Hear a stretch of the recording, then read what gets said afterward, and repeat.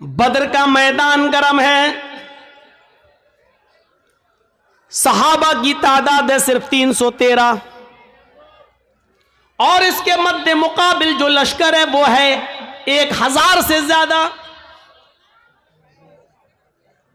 आपको यह भी बता दूं कि उन 1000 लश्कर के पास, काफिरों के पास तीर भी हैं, तलवारें भी हैं, ढाल भी है, नेजा भी है, घोड़े भी हैं। वो सब नौजवान हैं, हट्टे खट्टे तंदुरुस्त हैं और सारी चीजें आलाते हर्ब, जंग का हर सामान है उनके पास। और उनके मुकाबले में कितने हैं? 313। और ये 313 कौन है? जवान, बूढ़े और कुछ बच्चे जब मिलाए गए और इनकी गिनती तब जाकर होती है 313। और इन 313 लोगों के पास, इन 313 सहाबा के पास सिर्फ 2 घोड़े हैं। आलाते हर्ब का हाल यह है कि किसी के पास तीर है लेकिन छोड़ने के लिए कमान नहीं है, किसी के पास कमान है लेकिन छोड़ने के लिए तीर नहीं है, किसी के पास तलवार है लेकिन काफिरों के हमले से बचने के लिए ढाल नहीं है। वो तलवार चलाए लेकिन काफिर जब उस पर हमला करे तो अपना बचाव किससे करे? उसके पास ढाल नहीं है। अगर किसी के पास ढाल है तो चलाने के लिए तलवार नहीं है। फिर भी जंग है, लड़ रहे हैं। जरा आपने गौर किया है, ये कोई मुकाबला था कि एक तरफ 1000 से ज्यादा और एक तरफ 313। एक सहाबी के ऊपर 3 से ज्यादा लोग, और इसके पास एक चीज है तो दूसरी नहीं, और उनके पास सब कुछ है। कौन सी चीज है जो इन 313 सहाबा को उनके सामने लाकर खड़ा कर रही है और उनसे लड़ने पर मजबूर कर रही है? ये कौन सी चीज है?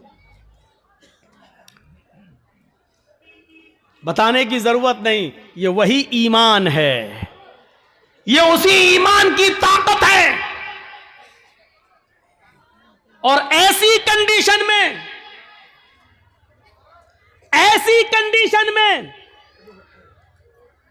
अल्लाह के नबी सल्लल्लाहु अलैहि वसल्लम का सर सजदे में है जमीन पर। बद्र के मैदान में एक जानिब आपने अपनी पेशानी कच्ची जमीन पर रख दी है और सजदे में गिरे हुए हैं और ये दुआ कर रहे हैं सजदे में, अल्लाहुम्मा ला तुहलिक हाज़िहिल असाबा इन तहलिक हाज़िल असाबा लन तुअबद बअदल यौमि क़त्तु। आय अल्लाह, ये मुट्ठी भर जमात, ये मेरे चंद सहाबा, ये 10 साल मक्के की जिंदगी में मेरे दावत और तबलीग का नतीजा मदीना आने के बाद इन्होंने मजबूर किया है। ये मेरी 10 साल की, मैं 13 साल की, ये मेरी मक्के की मेहनत। आए मेरे परवरदिगार, मेरी 13 साल मक्के की मेहनत के बाद ये 313 लोग इस्लाम लाए हैं। यही मेरी जमा है, यही मेरी पूंजी है, यही मेरा सरमाया है, यही 13 साल की मेहनत का नतीजा है जो मैंने निचोड़ कर तेरे सामने पेश कर दिया। इलाहुल आलमीन, अगर ये 313 मुसलमान आज हलाक हो गए, मुझ पर ईमान लाने वाले मिट गए, ये 313 अगर आज खत्म हो गए, इन 313 को अगर आज बर्बाद कर दिया गया, इनको काफिरों ने अपने हमले में शिकस्त दे दी, अगर आज ये इस दुनिया से मिट गए, लन तुअबद बअदल यौम, ऐ अल्लाह आज के बाद फिर कभी तेरी इबादत इस रूए जमीन पर नहीं होगी। आज के बाद फिर कोई अल्लाह अल्लाह कहने वाला ना होगा। आज के बाद फिर इस जमीन पर कभी सजदा न किया जाएगा। अल्लाह अल्लाहू अकबर की निदाज के बाद नहीं आएगी। आय अल्लाह, अगर तू चाहता है कि कयामत की सुबह तक तेरा नाम तेरा दीन बाकी रहे तो इन 313 मुसलमानों की हिफाजत फरमा। ये मेरी 13 साल की मेहनत का नतीजा है। आय अल्लाह, तू इनकी हिफाजत फरमा। ये नबी की उस वक्त की दुआ भी थी जो सजदे में आपने पढ़ी थी। सजदे में अकेले और तन्हा सजदे में हम भी दुआ करते हैं, कुछ नहीं होता। या रब्बी या रब्बी या रब्बी, अल्लाह मुझे ये दे, मुझे ये दे, मुझे ये दे। ऊपर से आवाज आती है, मेरे बंदे मैं तुझे क्या दूं? मांग तो तू ये रहा है, लेकिन दूं तो कैसे दूं? मतअमुहु हराम, जो खाना खाकर आया है वो हराम है। वह मशरबु हराम, जो पीकर आया है वो भी हराम का है। वह मलबसहु हराम, जो कपड़ा पहन के आया है वो भी हराम की कमाई का है। वग़ुज़िया बिल हराम, तेरे जिस्म में जो खून दौड़ रहा है वो हराम कमाई खा खा कर उसी का बना हुआ खून तेरे जिस्म में दौड़ रहा है। फ़अन्ना युस्तजाबु लिज़ालिक, ओ मेरे बंदे मैं तेरी दुआ सुनूं तो कहां से सुनूं? तू पूरा का पूरा नापाक है। खाना तेरा नापाक, कपड़ा नापाक, पानी नापाक, बदन में जो खून दौड़ रहा है वो नजिस और नापाक। आए मेरे बंदे मैं तेरी दुआ सुनूं तो कहां से सुनूं? अल्लाह सुनता नहीं है, ऐसे सुन लेगा अल्लाह?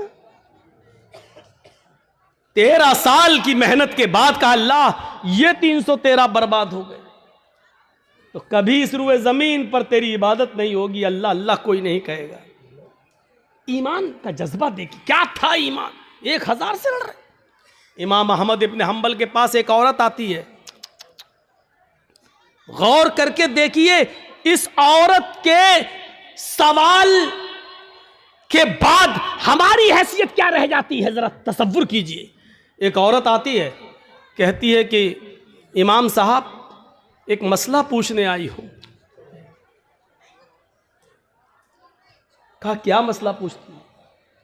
कहा मैं चरखा चलाती हूं। चरखा जानते हैं ना, महात्मा गांधी वाला चरखा मालूम है ना? हम लोगों के यहां तो आज भी लगे हुए हैं कहीं कहीं। जो लोग हैंडलूम हाथ से कपड़ा बनाते हैं वहां चरखे भी हैं, हाथ से फिरता है, सूत काटते हैं। तो क्या कहती है इमाम अहमद इब्न हंबल से वो औरत कि इमाम साहब मैं चरखा चलाती हूं और दूसरे लोगों का सूत मजदूरी पर काटती हूं और उनसे मजदूरी लेती हूं। कभी कभी मैं रात में भी चरखा चलाती हूं। जब मेरे पास तेल होता है। इस औरत के सवाल के बाद हमारी हैसियत क्या रह जाती है? सुने हमारी मां बहनें, औरतें ऐसी भी गुजरी हैं। सिर्फ लाइट मारने वाली औरतें हर वक्त नहीं होती हैं। सुने इमाम साहब, मैं कभी कभी रात में भी चरखा चलाती हूं। जब मेरे पास चिराग जलाने के लिए तेल होता है तो मैं चिराग जलाकर उसकी रोशनी में चरखा चलाती हूं, सूत काटती हूं। इमाम अहमद इब्न हंबल फरमाते हैं अल्लाह तुम्हारी रोजी में बरकत दे, रिस्क में बरकत दे। कहा इमाम साहब कभी कभी चिराग में तेल नहीं होता हमारे पास, लेकिन हमारे पड़ोस में खुला हुआ आंगन है, हमारे पड़ोसी का खुला हुआ आंगन है। कभी कभी उस आंगन में रोज चिराग जलता है, वो मेरे पड़ोसी का चिराग है, लेकिन वो अपने घर में अपने आंगन में चलाता है और उस आंगन में उस चिराग की रोशनी कभी कभी मेरे घर पे आती है। अगर मैं उस रोशनी में चिराग जला सूत फिरा लूं, उस पड़ोसी की रोशनी में अगर मैं सूत फिराऊं, चरखा चलाऊं, तो उस पड़ोस की रोशनी से जो सूत में फिराऊं और उसकी कीमत में मैं अपने मालिक से लूं, तो यह कीमत मेरे लिए हलाल होगी या हराम होगी? क्या मैं उस रोशनी में जो चरखा चलाकर जो पैसा कमाऊं वो मेरे लिए जायज होगा या नाजायज होगा? तसव्वुर करो इमाम अहमद इब्न हंबल कश खा के चक्कर खा के गिर जाते हैं कि इस दुनिया में, इस दौर में ऐसी औरतें भी मौजूद हैं जो तकवे का ऐसा मायार अपने अंदर पैदा की हुई हैं, इस ऐसा मायार अपने अंदर पैदा की हुई हैं। इस तकवे की रोशनी में जरा तसव्वुर करो हम कहाँ हैं, हमारी रोजी क्या है, हमारा माल क्या है, हमारी इनकम क्या है, हमारी इनकम आ कहाँ से रही है। इस औरत के सवाल के बाद हम तसव्वुर करें कि हम कहाँ खड़े हैं।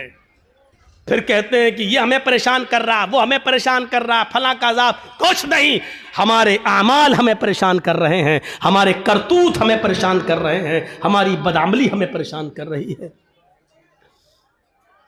अहमद इब्न हंबल रहमतुल्लाह अलैह ने कोई जवाब नहीं दिया, सिर्फ इतना कहा, अय अल्लाह की बंदी, अगर तुम्हें लगता है,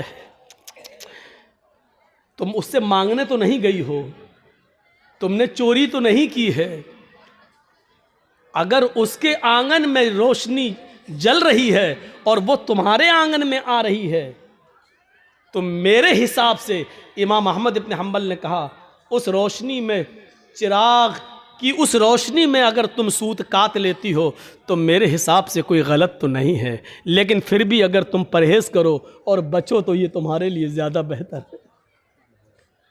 ये अहमद इब्न हंबल का जवाब था, जबकि चोरी नहीं थी, वो जला रहा है, दरवाज़ा नहीं है, आंगन से आंगन मिला हुआ है और उसके आंगन से उस चिराग की रोशनी यहाँ आ रही है, तो इसमें भाई आप, ये लाइट जल रही है, अब इधर रोशनी जा रही है, तो उस आदमी का क्या कसूर है। तुम अगर चाहते हो कि मेरी रोशनी मेरे घर तक रहे तो तुम्हें अपने घर का इंतजाम करना है,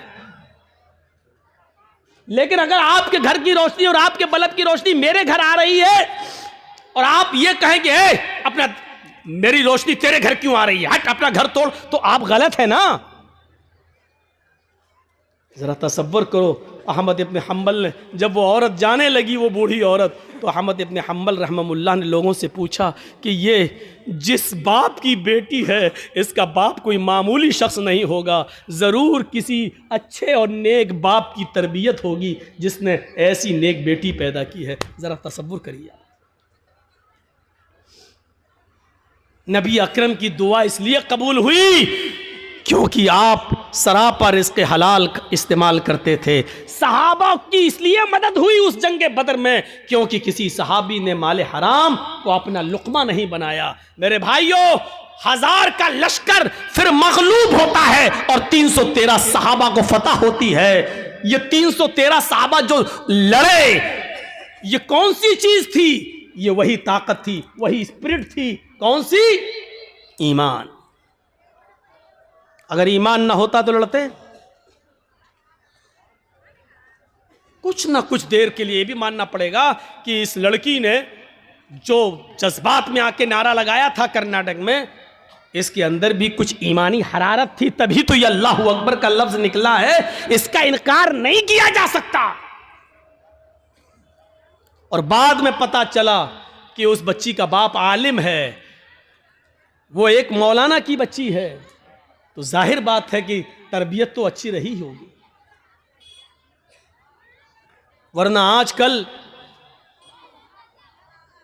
सियासी लीडरों की लड़कियां कहाँ नारा लगाएंगे अल्लाहू अकबर? वो तो वक्त के धारे में बहते हैं। वो तो हिंदू लोगों का वोट लेने के लिए मंदिर में टीका भी लगवा लेंगे। वो तो मूर्ति के सामने भी खड़े हो जाएंगे क्योंकि हमें इनका वोट चाहिए। तो तरबियत का भी फर्क होता है। हम अपनी औलाद को कौन सी तरबियत दे रहे हैं, कैसी तरबियत होनी चाहिए, इस पर हमें गौर करना चाहिए। जंगे खंदक के बारे में कभी सोचा आपने? जंगे खंदक में कितने मुसलमान थे? आपसे अगर सवाल करें तो शायद बहुत कम लोगों को मालूम हो। सिर्फ 3000 सहाबा, 3000, और इन 3000 सहाबा का मुकाबला कितने काफिरों से था, कितने यहूदियों से था? 10,000 का लश्कर। कोई तकाबुल है? कोई मुकाबला है? एक तरफ 3000, एक तरफ 10,000। वो हथियारों से लैस ये बेचारे फुल हथियार नहीं, इन 3000 सहाबा को जंगे खंदक पर काफिरों से लड़ने के लिए अपनी रजामंदी का इजहार जो इन्होंने किया, ये 3000 सहाबा के दिल में जो 10,000 का खौफ नहीं था, वो खौफ निकालने वाली ताकत क्या थी? अगर आपसे सवाल करें तो मेरी इतनी तकरीर के बाद जो 1 घंटे से ज्यादा बोलते हुए मुझे हो गया, आप इस नतीजे पर पहुंच गए होंगे कि 3000 सहाबा जो 10,000 के मुकाबले में खड़े हुए हैं और लड़ रहे हैं, ये सिर्फ ईमान की ताकत थी। वो 10,000 से नहीं डर रहे हैं, वो सिर्फ ईमान की ताकत है। उनके दिलों में अगर डर है तो सिर्फ एक अल्लाह का डर है, वो किसी का खौफ उनके दिलों में मौजूद नहीं है। और जीते, उनको फतह हुई, उनको कामयाबी मिली। हम ये सारी चीजें भूल जाते हैं, हमें इस बात का एहसास नहीं होता है। भैया जल्दी निकल जाओ, बताओ ये कहां जा रहा होगा? इसकी तो शादी भी नहीं हुई है, कहां भाग रहा है?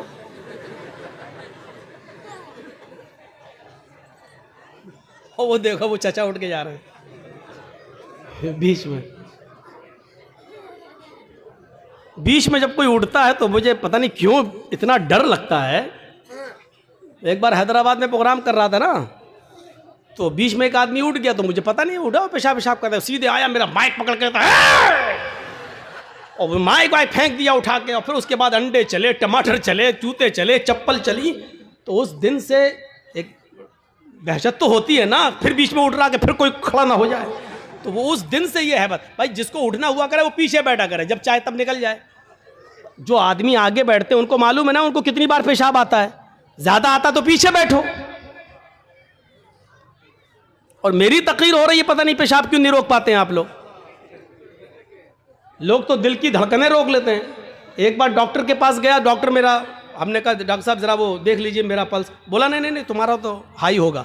हमने कहा अरे देख लीजिए डॉक्टर साहब, उसके बाद दवा। लेकिन आप, मैं मान नहीं सकता, हमें वो थर्मामीटर लगाने की ज़रूरत ही नहीं है, आपका पल्स देखना ही नहीं है, आपका वो क्या बोलते हैं उसको, बीपी, वो आपका हाई होगा, वो कुछ बड़ा ही होगा, नीचे नहीं हो सकता है। मैंने कहा डॉक्टर साहब सुन पड़ रहे हैं, हाथ पैर जरा कपकपी सी हो रही है। कहता कि जब आपकी तकलीफ सुन के हम लोगों के लेवल हाई हो जाते हैं, हम लोगों का बीपी हाई हो जाता है, तो आपका कैसे लो हो सकता है? उसने चेक नहीं किया, अल्लाह की कसम चेक नहीं किया, ऐसी दवा दी। बोला आपका नहीं करेंगे, हमें कसम है हम भी नहीं करेंगे आपका, और नहीं किया। पता नहीं, वो देखो बेचारे, देखो अब क्या करेंगे घर जाकर। अच्छा जितना बोलते हैं उतना और लोग उठते हैं। थोड़ी देर बैठ जाओ भाई, थोड़ी देर बैठ जाओ। अब उनको क्या बोले हम,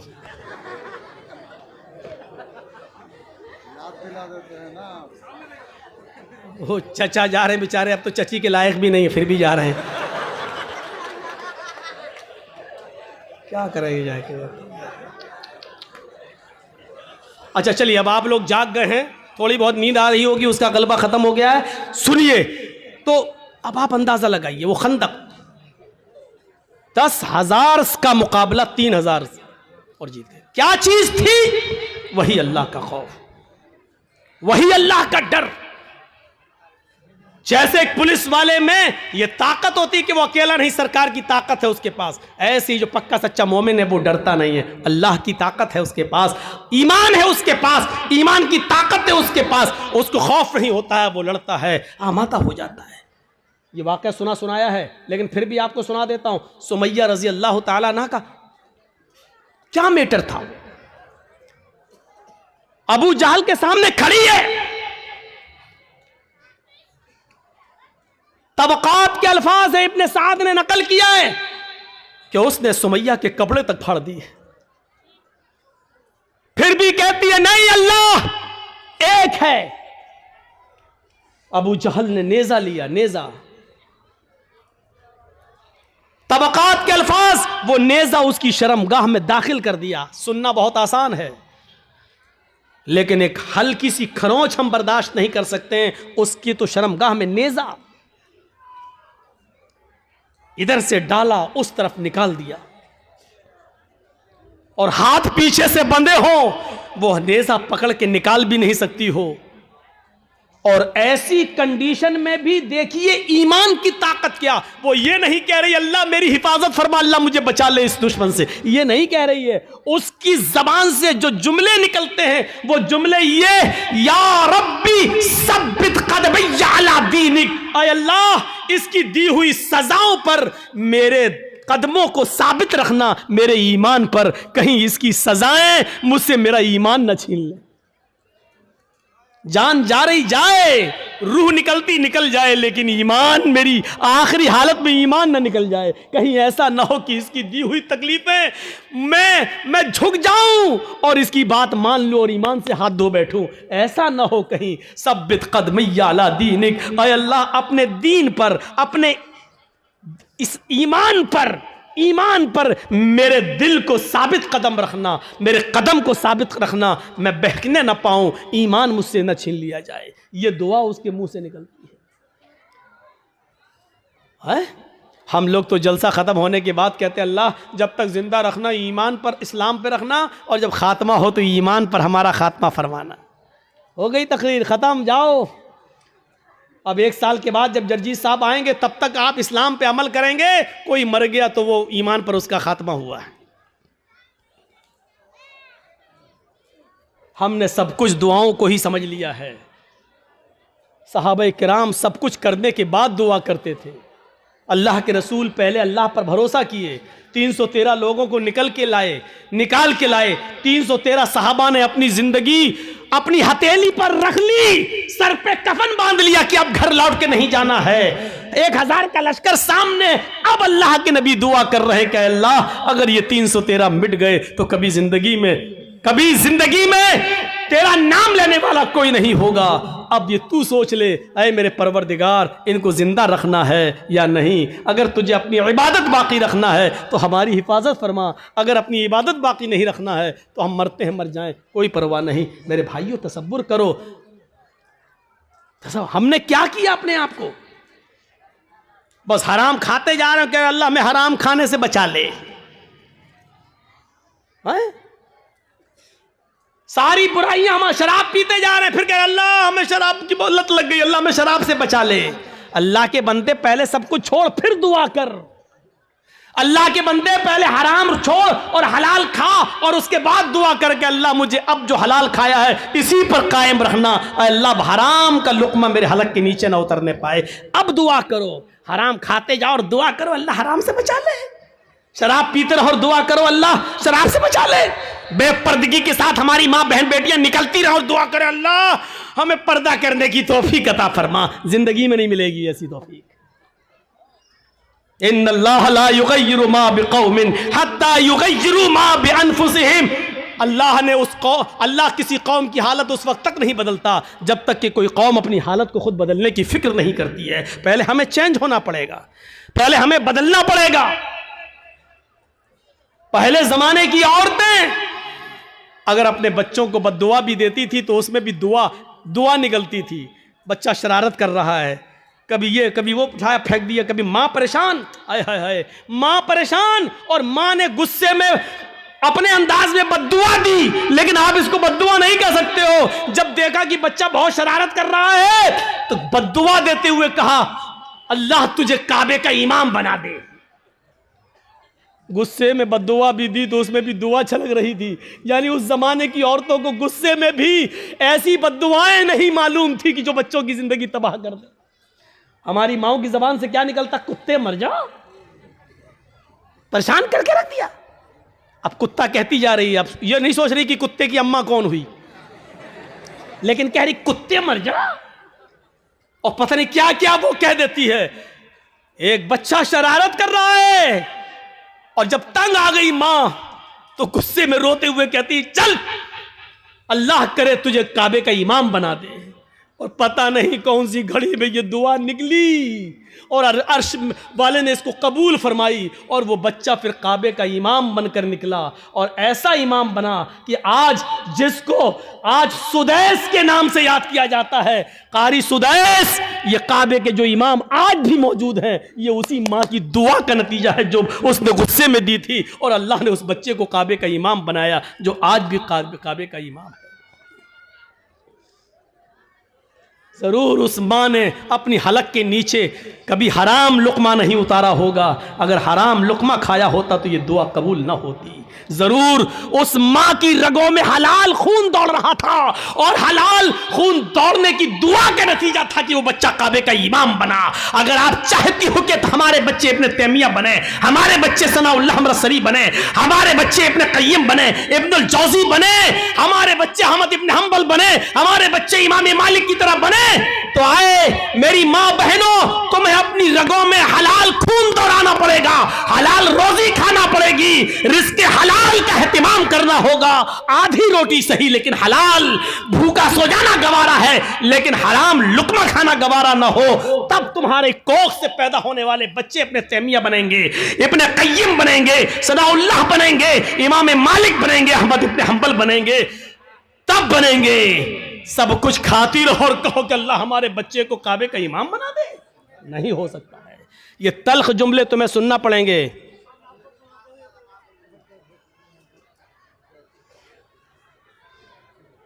सुनना पड़ेंगे तल्ख जुमले।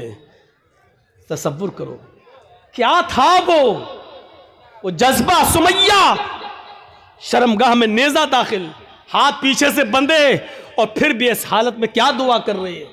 आप ये नहीं कहोगे आपका बेटा हॉस्पिटल में भर्ती है, वेंटिलेटर पर रखा हुआ है, या कोई बाप वेंटिलेटर पर रखा है, आप हमारे पास आएंगे, जर्जीत साहब महलदार पाड़ा में आए, जुमे का खुतबा देना है, आप पर्ची लेके आएंगे, मौलाना साहब जुमे के खुतबे में के बाद हमारे अब्बू के लिए दुआ कर दीजिए, अल्लाह उनको शिफाए कामिला अता फरमाए। ऐसे मौके पर भी आपको इस दुआ की फिक्र होगी कि हमारे अब्बू के लिए दुआ कर दो कि अल्लाह उनको शिफा दे, लेकिन इस मौके पर दुआ ये नहीं होगी कि अल्लाह रब्बुल आलमीन से ये दुआ कीजिए कि मेरे बाप का खातिमा ईमान पर हो, वो इस दुनिया से जाए तो गुनाहों से पाक व साफ जाए, अल्लाह मेरे बाप को गुनाहों से तौबा करने की तौफीक अता फरमा। ये दुआ आप नहीं करवाएंगे मस्जिद के इमाम से और जर्जीत साहब से, आप दुआ ये करवाएंगे कि कहो अल्लाह ताला उनको शिफाए कामिला और आजिला अता फरमाए। मैं ये नहीं कह रहा हूं कि ये दुआ करना गलत है, जायज है, लेकिन सुनो हजरत सुमैया ने उस मौके पर यह नहीं कहा अल्लाह मेरी हिफाजत फरमा, अल्लाह इसने नेजा मारा है तू मुझे शिफा दे, अल्लाह मेरी शर्मगाह में जो जख्म हो गया है उसको ठीक कर दे। उसने ये दुआ नहीं की, उसने दुआ ये की या रब्बी सब्बित कदमैया अला दीनिक, अल्लाह अपने दीन पर, अल्लाह ईमान पर मेरे कदम को साबित रख दे, अल्लाह ऐसा ना हो कि इसकी तकलीफें मुझसे मेरा ईमान छीन ले। ये क्या चीज थी? ये ईमान था, ये ईमान था। ये कौन सा जज्बा था? आइए जरा मुझे इस जज्बे की तरफ लेकर चलिए और बताइए ये कौन सा जज्बा था कि हजरत इब्राहीम अलैहिस्सलातु वस्सलाम को हुक्म होता है कि अपनी बीवी हाजरा को और छोटे बच्चे इस्माइल को बियाबान जंगल में छोड़कर चले आओ।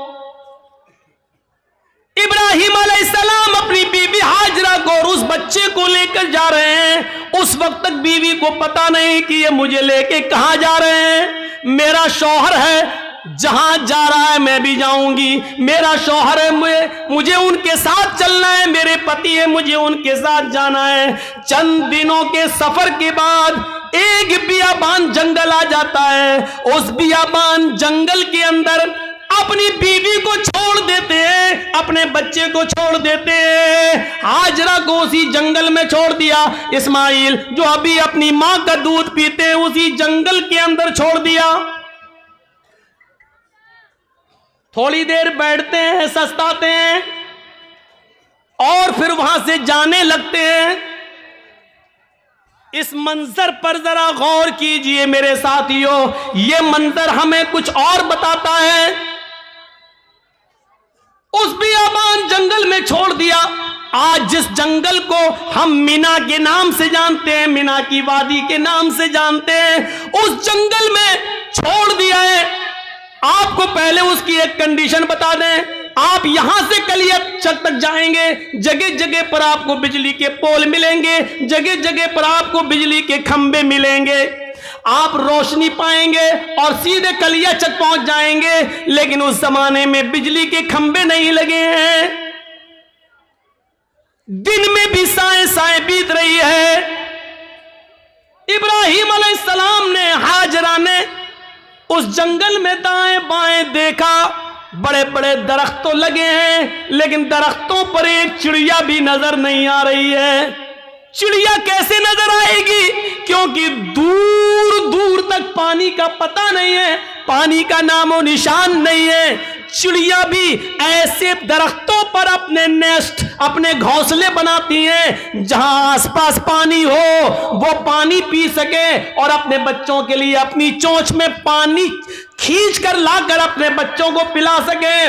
जब जंगल में दूर दूर तक पानी नहीं, तो जंगल में एक भी चिड़िया, एक भी परिंदा भी नहीं दिखाई दे रहा है। सोचो, ऐसे बियाबान जंगल में हुक्म होता है कि यहीं अपनी बीवी को छोड़ दो। हजरत इब्राहिम थोड़ी देर बैठते हैं, फिर वहां से चलने लगते हैं। हाजरा ने देखा कि इब्राहिम जा रहे हैं, यहां तो कोई दुकान भी नहीं कि कोई सौदा लेने जा रहे हो, यहां तो दूर तक कोई सब्जी फरोश भी नहीं दिख रहा है कि जिससे सब्जी खरीदने जा रहे हो। जब उनको जाते हुए देखती हैं, अपने बच्चे को जमीन पर लिटाती है, जमीन पर, और पीछे पीछे चल के कहती हैं, कहां जा रहे हो? इब्राहिम अलैहिस्सलाम ने इस जुमले का जवाब नहीं दिया। कहां जा रहे हो कुछ नहीं बोला, सीधे और आगे बढ़ते हैं। बीवी ने कहा, रे मैं पूछ रही हूं कहां जा रहे हो? इब्राहिम अलैहिस्सलाम ने अभी भी जवाब नहीं दिया। इब्राहिम अलैहिस्सलाम सीधे चले चले जा रहे हैं, पीछे मुड़कर देखने का नाम नहीं लेते, न बीवी को देख रहे न बच्चे को देख रहे हैं, चले चले जा रहे हैं। हाजरा ने अब पीछे से उनका दामन थामा, पीछे से उनका कुर्ता पकड़ा, पीछे से उनका दामन पकड़कर खींचा और खींच कर कहा, मैं कुछ पूछ रही हूं कि कहां जा रहे हो? हजरत इब्राहिम अलैहिस्सलाम ने ऐसे अपनी बीवी का हाथ पकड़ा और उसको यूं पकड़ के झटक दिया और आगे बढ़ने लगे। तब बीवी चीख कर कहती है, आए इब्राहिम, कुछ तो बोलो, क्या मैंने आपकी बीवी होकर आपकी कोई नाफरमानी की है? हक की रिफाकत को अदा करने में मुझसे कोई गुस्ताखी हुई है? मियां बीवी के जो हुकूक होते हैं उसमें कोई हमसे कमी हुई है? खिदमत में कोई कमी हुई है? आपकी सेवा में कुछ कमी हुई है? मुझसे कोई लग़्ज़िश हुई है जो इस बियाबान जंगल में मुझे और इस बच्चे को अकेले छोड़ के जा रहे हो? इब्राहिम अलैहिस्सलातु वस्सलाम की आंखों में आंसू आ गए, लेकिन आंसुओं को जमीन पर नहीं गिरने दिया। आंखें चढ़ा ली, नजरें आसमान पे डाली और आंखों से गिरने वाले आंसुओं को आंखों ही में पी गए, उसका एक कतरा भी जमीन पर नहीं गिरने दिया। फिर इसका भी जवाब नहीं दिया, आगे बढ़ते गए। जब इसका भी जवाब नहीं मिला तो हाजरा एक जुमला कहती हैं, ऐ इब्राहिम, जा रहे हो तो जाओ, लेकिन ये बताओ कि कब आओगे? इब्राहिम अलैहिस्सलाम के पास इस बात का भी जवाब नहीं, कुछ नहीं बोल रहे हैं। आगे बढ़ते चले जा रहे हैं, खुशी खुशी लाए, अच्छी बातें करते हुए लाए, बीवी से प्यार भरी बातें करते हुए लाए, लेकिन जब जंगल में छोड़ा तो ऐसे पीठ फेर ली जैसे ये मेरी बीवी ही ना हो। जो पूछ रही है उसका भी जवाब नहीं, बीवी के सवाल भी गलत नहीं है, सही कह रही है कि मुझे अकेले, इस बच्चे को अकेले छोड़ के जा रहे हो, और वो भी इस बियाबान जंगल में, लेकिन जवाब नहीं है। आगे और बढ़ते हैं तो लास्ट में बीवी कहती है, हाजरा, इब्राहिम, जब तुम जवाब ही नहीं दे रहे हो, ये भी नहीं मालूम कि कब आओगे, शाम तक आओगे, कल आओगे, 2 दिन बाद आओगे, 1 हफ्ते के बाद आओगे, 1 महीने के बाद आओगे, 1 साल के बाद आओगे, या आओगे ही नहीं। किसी भी सवाल का जवाब जब तुम्हारे पास नहीं है तो मैं इसको क्या समझूं? इसका भी जवाब नहीं। कहती हैं, आ इब्राहिम, मैं आपकी बीवी हूं, मैं आपकी अमानत हूं, पता नहीं आप कब आए, अपनी इस अमानत को किसके हवाले करके जा रहे हैं ये तो बता दो। आप 10 साल के बाद आए, 20 साल के बाद आए, 1 साल के बाद आए, 2 साल के बाद आए, और अगर मैं जिंदा रहूं और मेरी इज्जत व आबरू न बच सके, जैसे एक बादशाह ने मेरी इज्जत व आबरू से खिलवाड़ करना चाहा लेकिन अल्लाह की मदद की वजह से वो नहीं कर सका। आए वो अगरचे सारा थी, दूसरी बीवी थी, और उसके बदले में फिर उसने हमें भी दे दिया एक लौंडी की शक्ल में, जिसको आपने अपनी बीवी बना लिया। आए इब्राहिम, मुझे ये बताओ कि अपनी इस अमानत को किसके सुपुर्द करके जा रहे हो? अगर मेरी इज्जत व आबरू महफूज न रही, मुझे किसके सुपुर्द करके जा रहे हो? बीवी जवाब कहती है, इला मन ततरुकुना, आ इब्राहिम, आपने मुझे किसके हवाले किया है? हमें किसके जिम्मे सौंप के जा रहे हो? इस अमानत का जिम्मेदार कौन है? जब हाजरा ने यह कहा, कुरान के अल्फाज, इला मन ततरुकुना, आपने मुझे किसके सुपुर्द किया है, आपने मुझे किसके हवाले किया है? तब इब्राहिम अलैहिस्सलाम अब इसका जवाब देते हैं, लेकिन हाजरा की तरफ देखकर नहीं, बच्चे की तरफ देखकर नहीं। अगर पीछे घूमूंगा बीवी की शक्ल दिखेगी, मासूम बच्चे को देख लूंगा तो कहीं बीवी की और बच्चे की मोहब्बत मेरे दिल में ना आ जाए, और फिर मैं जिस काम के लिए अल्लाह के हुक्म से जा रहा हूं उस काम से कहीं मैं रुक ना जाऊं। ईमानी ताकत देखिए, ईमानी इस ताकत की वजह से वो बीवी को नहीं देख रहे हैं, बच्चे को नहीं देख रहे हैं। बीवी की मोहब्बत है, बच्चे की मोहब्बत है, लेकिन ईमान की ताकत देखिए। क्या कहते हैं, न बीवी को देखना गवारा, न बच्चे को देखना गवारा, और बीवी कह रही है कि मुझे किसके सुपुर्द करके जा रहे हो? इस जंगल में तो चिड़ियां भी नहीं है, हमें इस जंगल में रात होगी, खतरनाक जानवर भी तो आ सकते हैं, मेरा क्या होगा? मुझे बताओ, मुझे किसके सुपुर्द करके जा रहे हो? इब्राहिम अलैहिस्सलाम ने कदम आगे बढ़ाते बढ़ाते, चलते चलते जवाब दिया, इल्लल्लाह, आए मेरी बीबी, मैंने तुझे और तेरे इस बच्चे को, मैंने तुझे और अपने इस बच्चे को अल्लाह के सुपुर्द कर दिया, अल्लाह के हवाले कर दिया है। यानी अल्लाह ने मुझे छोड़ने का हुक्म दिया, मैंने अल्लाह के हुक्म से तुझे छोड़ा, इस बच्चे को छोड़ा।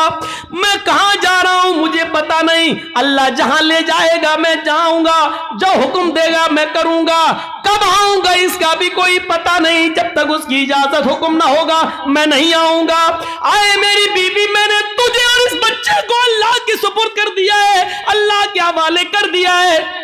अब इब्राहिम अलैहिस्सलाम की बीवी का भी जवाब सुनो। जब देख लिया कि मेरे शौहर ने मुझे अल्लाह के सुपुर्द कर दिया तो उसके ईमान की कैफियत देखो।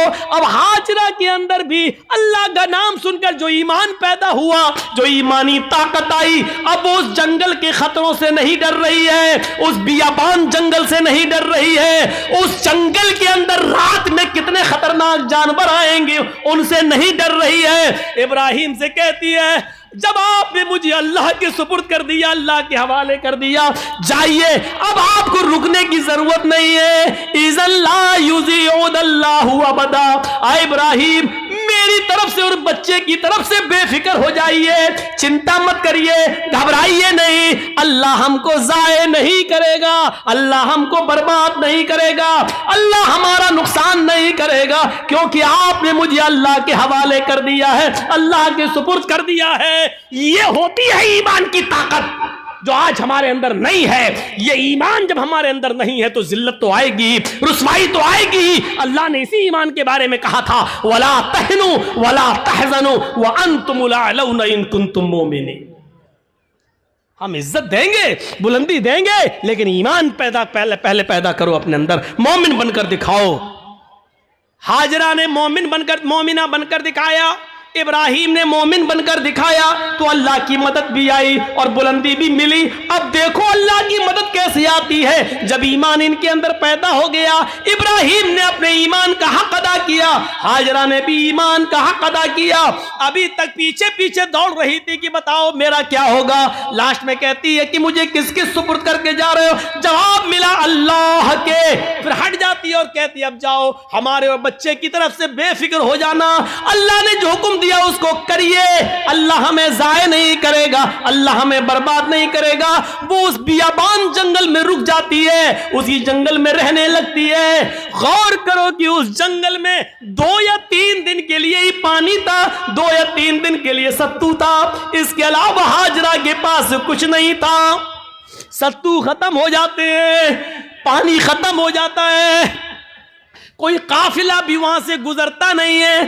क्यों कोई काफिला गुजरेगा, कोई बस्ती भी आबाद नहीं है, दूर दूर तक पानी का पता नहीं है। मैं मां हूं, 2-4 दिन भूखी प्यासी रह सकती हूं, लेकिन ये मासूम बच्चा है जो मेरा दूध पीता है, जब मुझे कुछ मिलेगा नहीं तो दूध बनेगा कैसे। मैं खाऊंगी तो दूध बनेगा, जब दूध बनेगा तो बच्चा पिएगा। मैं प्यासी हूं, 2-4 दिन रह सकती हूं, लेकिन बच्चे को प्यासा कैसे रखा जा सके। गौर करो, तमाम शक व शुबहात उस औरत के दिल में है, लेकिन अल्लाह पर भरोसा है, ईमान है अल्लाह की जात पर। अपने बच्चे को लिटाती है, कहती है चलो कोशिश करके देखती हूं पानी मिल जाए।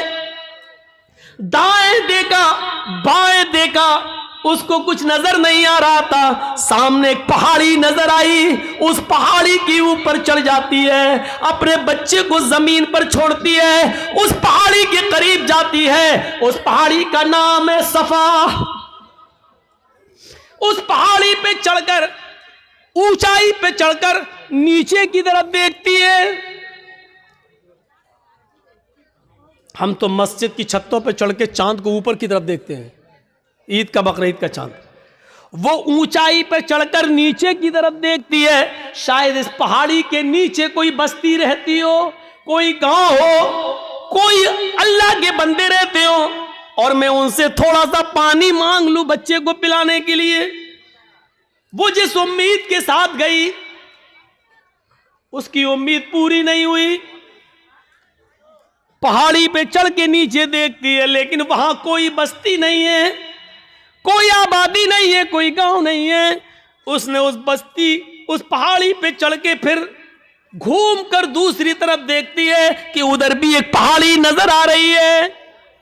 चले उस पहाड़ी के ऊपर चढ़ के देखे, शायद उधर पानी मिलता हो, या उस पहाड़ी के नीचे कोई बस्ती आबाद हो। वो वहां से चलती है, कुछ देर रुक के चलती है, स्लो चलती है, और बच्चे की प्यास जब उसके दिमाग में आती है तो थोड़ा सा तेज दौड़ती है, फिर थोड़ा सा स्लो होती है। वो 2-3 बार तेज दौड़ती है, 2-3 बार स्लो दौड़ती है। सफा से मरवा जाती है, लेकिन मरवा जाने के बाद भी उसको कोई बस्ती नजर नहीं आती। अब उसको मालूम है न सफा के नीचे कोई बस्ती है, न मरवा पहाड़ी के नीचे कोई बस्ती है, लेकिन बच्चे की प्यास जब देखती है तो बार बार जाती है, शायद कोई आने वाला आदमी मिल जाए, कोई काफिला मिल जाए, मैं किसी से पानी की चंद घूंट मांग कर बच्चे को पिला दूं। बच्चा अंगूठा अपने मुंह में रख के चूस रहा है।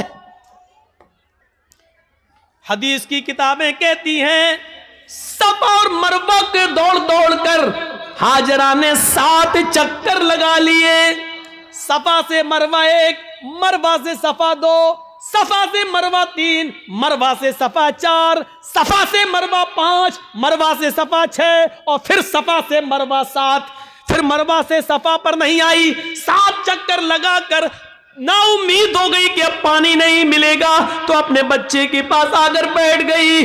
नजरें आसमान पे डाली। इलाहुल आलमीन, तुझे मालूम है, तू सब कुछ जानता है, तेरी जात से कोई चीज छिपी हुई नहीं है। 3 दिन पहले जब मेरा हस्बैंड, मेरा शौहर जा रहा था, मैंने उससे पूछा मुझे और इस बच्चे को किसके हवाले करके जा रहे हो? उसने कहा इल्लल्लाह, अल्लाह के हवाले।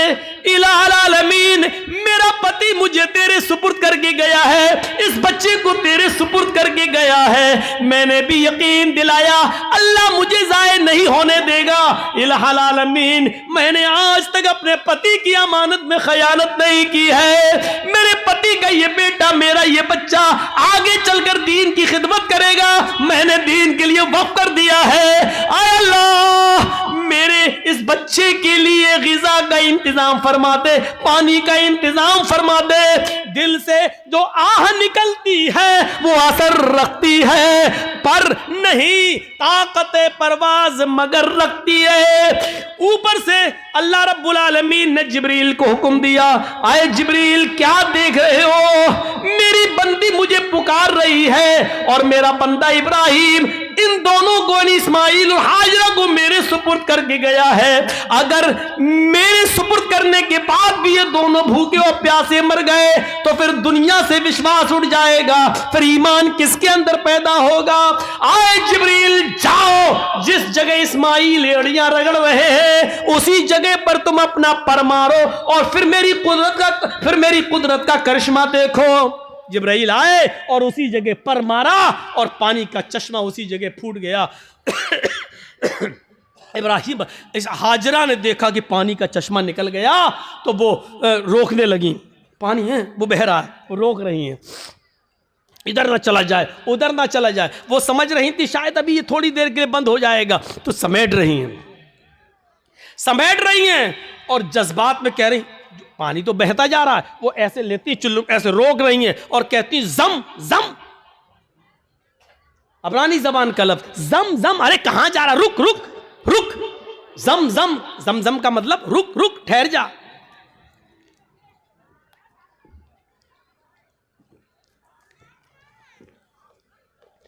ठहर जा, रुक जा, कहां जा रहा, रुक। ये जमजम का लफ्ज भी अल्लाह के रसूल को इतना पसंद आया कि आपने जमजम के लफ्ज को जमजम ही रहने दिया, इसके लिए कोई अरबी का लफ्ज इस्तेमाल नहीं किया। रुक रुक, पानी नहीं रुकता तो उन्होंने मुडेर बांध दी, वही मिट्टी से इकट्ठा करके ऐसे बनाती चली गई, मुडेर बांध दी। अल्लाह के नबी ने एक बार खुतबा दिया था और कहा था अल्लाह हाजरा पर रहम फरमाए, अगर हाजरा ने मुंडेर न बांधी होती तो अल्लाह उस पानी को पूरी दुनिया में फैला देता। और जो चीज़ पूरी आम हो जाए तो उसकी कदर कम हो जाती है। आज देख रहे हो ना, हमारे मुल्क में भी बहुत से लोग एक पानी की पूजा करते हैं, गंगा जल, लेकिन चूंकि वो इतनी ज़्यादा तादाद में है कि अब उसकी कोई कदर नहीं रह गई है। बाकायदा गवर्नमेंट को गंगा की सफाई के लिए पैसा देना पड़ता है और गंगा की सफाई की वजह से सरकारें बदल भी जाती हैं, इसने गंगा का ख्याल नहीं रखा है। और कभी कभी गंगा का नाम लेकर लोग बोर्ड भी मांगते हैं, न मुझे आपने बुलाया है न मैं आया हूँ, मुझे माँ गंगा ने बुलाया है। इस तरीके से लोगों को भावुक करके माँ गंगा को माँ कहकर इस तरीके से लोग उसको नीलाम भी करते हैं। एक तरीके से देखा जाए तो इस तरीके से आज उस पानी की क्या कदर है। लोग उसमें पेशाब भी कर रहे हैं, पायखाना भी कर रहे हैं, लैट्रीन भी कर रहे हैं, सब कुछ हो रहा है उसके अंदर है। इसीलिए उसकी सफाई के लिए पैसा मांगा जा रहा है, ये किया जा रहा है, वो किया जा रहा है। लेकिन जमजम को देख लो आज कितनी कदर की नज़रों से देखा जाता है। आज भी सऊदिया में होने के बावजूद भी आप देख लीजिए उस पानी की कैसी कदर है, उस पानी की इज्जत कैसी है। और उस पानी की खुसूसियत यह है कि जो लोग 5 साल पहले हज करके आए हैं और जमजम लेके आए होंगे, आज भी उनके घर में जमजम अगर 5 साल पुराना भी रखा होगा तो उसमें न तो कीड़े पड़े होंगे न जरासीम पड़े होंगे। ये एक कैफियत, ये एक कशिश रखी है अल्लाह रब्बुल आलमीन ने उस पानी के अंदर। ये जीता जागता मौजज़ा, चश्मा जारी हो गया। ईमान था तो अल्लाह ने इज्जत भी दी, ईमान था तो अल्लाह ने बुलंदी दी थी। ईमान की ताकत होनी चाहिए। और इतना ही नहीं, अब आप कहोगे कि हाजरा को इज्जत क्या मिली? इज्जत नहीं मिली। वो हाजरा जो ईमान की ताकत की वजह से इब्राहिम को छोड़ देती है और अपने बच्चे के लिए पानी की तलाश में सफा से मरवा के चक्कर लगाती है। 7 चक्कर लगाए। मैंने कहा था शुरू में, कभी स्लो दौड़ती है, कभी तेज दौड़ती है। अल्लाह के रसूल सल्लल्लाहु अलैहि वसल्लम ने हज का रुकन बना दिया है, सफा और मरवा के चक्कर लगाओ। जब तक तुम सफा और मरवा के चक्कर नहीं लगाओगे, न तुम्हारा हज माना जाएगा, न तुम्हारा उम्रा माना जाएगा। और औरतों के लिए तो खास कर दिया कि तुम तो सीना तान कर अकड़ कर तेज न दौड़ो, क्योंकि तुम्हारी बेपर्दगी होगी। लेकिन हाजरा जहां जहां तेज दौड़ी थी और थोड़ा सा अकड़ के ऐसे दौड़ी थी, अल्लाह के नबी सल्लल्लाहु अलैहि वसल्लम ने मर्दों को हुक्म दे दिया कि जब भी वो सफा से मरवा, मरवा से सफा के चक्कर लगाएं, तो जहां हाजरा तेज दौड़ी थी वहां उनको भी तेज दौड़ना है। जहां हाजरा स्लो हुई थी वहां तुम्हें भी स्लो होना है। और हाजरा ने जहां सीना निकाल कर दौड़ लगाई, वहां तुम्हें भी थोड़ा सा सीना निकाला। अब इतना भी नहीं कि गामा पहलवान लगो है, तो जहां थोड़ा सा हल्का था सीना निकाल के चली थी, तुम्हें भी उतना निकाल के चलना है। ये इज्जत दी अल्लाह ताला ने, ये ईमान की ताकत है। ईमान होगा, मोमिन होगे तो हम तुम्हें बुलंदी देंगे। इससे बड़ी एक औरत की इज्जत क्या होगी? किसी भी मजहब के अंदर औरत को यह इज्जत नहीं मिली। हाजरा ने जहां अपना कदम रखा, हर हाजी वहां अपना कदम रखता है। जहां हाजरा दौड़ी थी, हर हाजी को वहां दौड़ना पड़ता है। हाजरा ने जितने चक्कर लगाए, हर हाजी को उतने चक्कर लगाना पड़ते हैं। और हाजरा के नक्शे कदम को अल्लाह ने अपनी इबादत का एक हिस्सा बना लिया। एक औरत के पैरों के निशान, एक औरत के पैरों की टापें, एक औरत की पैरों की पैरों की धड़कने, पैरों की खटखटाहट को अपनी इबादत का हिस्सा जोड़ दिया है कि जब तक तुम हाजरा की इस अदा को जिंदा नहीं करोगे, हमारी इबादत का हक अदा नहीं होगा। तुम हमारी इबादत नहीं कर सकते हो। हाजरा के नक्शे कदम को अपनी